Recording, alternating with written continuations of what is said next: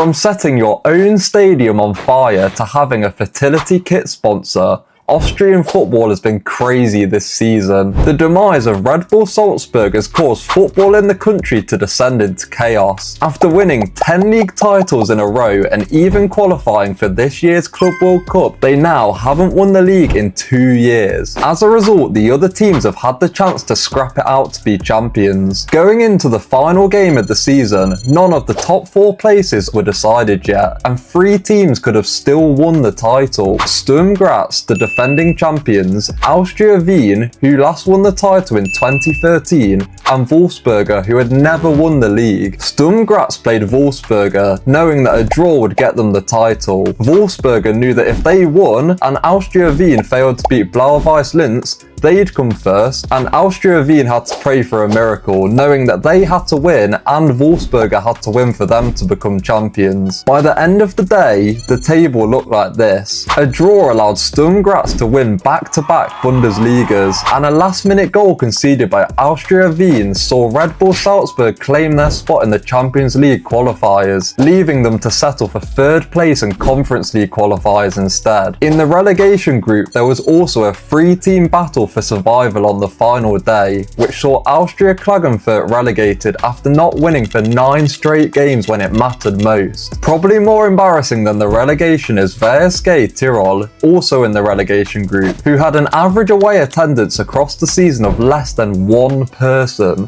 For context, their rivals Wacker Innsbruck, who were placed into the 4th tier in 2022 after not applying for a new license, brought over 1,000 times that amount away to Tirol's 2nd team. Things got pretty crazy in the cup too, where Wolfsberger and Hartberg both made the final for the first ever time. The combined population of both of the club's towns is just under 32,000, meaning that nearly everyone that lives there could fit into the 30,000 capacity stadium for the final. Also, interestingly, Hartberg have the lowest rated football shirt in history, due to it being completely covered in sponsors, including this one, which features on their kits every year. On the pitch, Wolfsberger won 1-0, granting them their first ever trophy and a place in the Europa League qualifiers. But off the pitch, things went downhill pretty quickly, as during the celebrations back in Wolfsburg, the players got a bit too excited and accidentally set their stadium on fire, capping off a crazy season in Austria. If you support a club in Austria, let me know who down in the comments.